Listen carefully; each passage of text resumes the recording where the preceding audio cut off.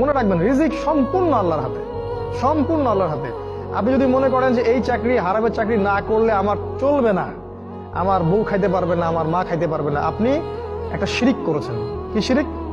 আপনি রিজিকের দায়িত্ব নিজের হাতে নিয়ে নিয়েছেন। আপনি আপনার তাকদির লেখার চেষ্টা করছেন। আল্লাহ পাক আপনার তাকদিরে যত দানা খাবার আছে ওটা আপনাকে দিবেনই দিবেন। আর আপনি হারাম পথে নিলে ওই পথে দিবেন, হালালের জন্য চেষ্টা করেন আল্লাহ পাক সে পথেও দিবেন ইনশাআল্লাহ। রোজা রাখা অবস্থায় আপনি বেশি বেশি জিকির করবেন। কি করবেন? সুবহানাল্লাহ পড়বেন, আলহামদুলিল্লাহ পড়বেন, আল্লাহু আকবার পড়বেন, লা ইলাহা ইল্লাল্লাহ পড়বেন, লা হাওলা ওয়ালা কুওয়াতা ইল্লা বিল্লাহ পড়বেন, পড়বেন হাসবি আল্লাহ ওয়া নি'মাল ওয়াকিল, সুবহানাল্লাহি ওয়া বিহামদিহি, সুবহানাল্লাহিল আযীম, সুবহানাল্লাহিল আযীম ওয়া বিহামদিহি, পড়বেন আস্তাগফিরুল্লাহ ওয়া আতুবু ইলাইহি, আস্তাগফিরুল্লাহ ওয়া আতুবু ইলাইহি, পড়বেন লা ইলাহা ইল্লাল্লাহ ওয়াহদাহু লা শারীকা লাহু লাহুল মুলকু ওয়া লাহুল হামদু ওয়া হুয়া আলা কুল্লি শাইইন কাদির। পারা যাবে না ইনশাআল্লাহ? বেশি বেশি পড়বেন। আরেকটা কাজ করবেন, প্রতিটা কাজ নবী সাল্লাল্লাহু আলাইহি ওয়াসাল্লামের সুন্নাহ মাফিক করার চেষ্টা করবেন। সুন্নাহ মাফিক, খাচ্ছেন তার সুন্নাহ মাফিক, টয়লেট করছেন তার সুন্নাহ মাফিক, ঘুমাচ্ছেন তার সুন্নাহ মাফিক।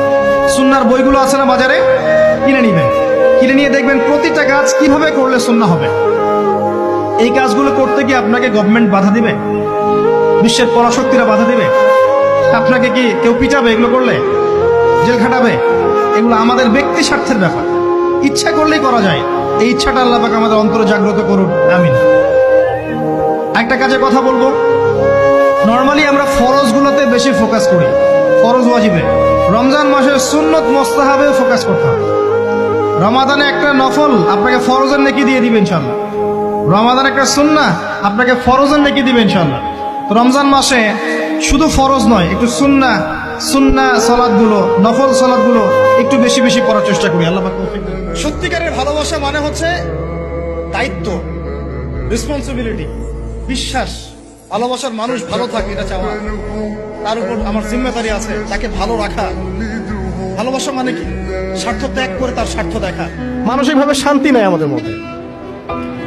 খেয়াল করে দেখবেন, সারা দিন দুশ্চিন্তা, দুর্ভাবনা, পেরেশানি। নামাজে আসি তাও মনে হয় যত তাড়াতাড়ি নামাজ শেষ করতে পারলে বাস।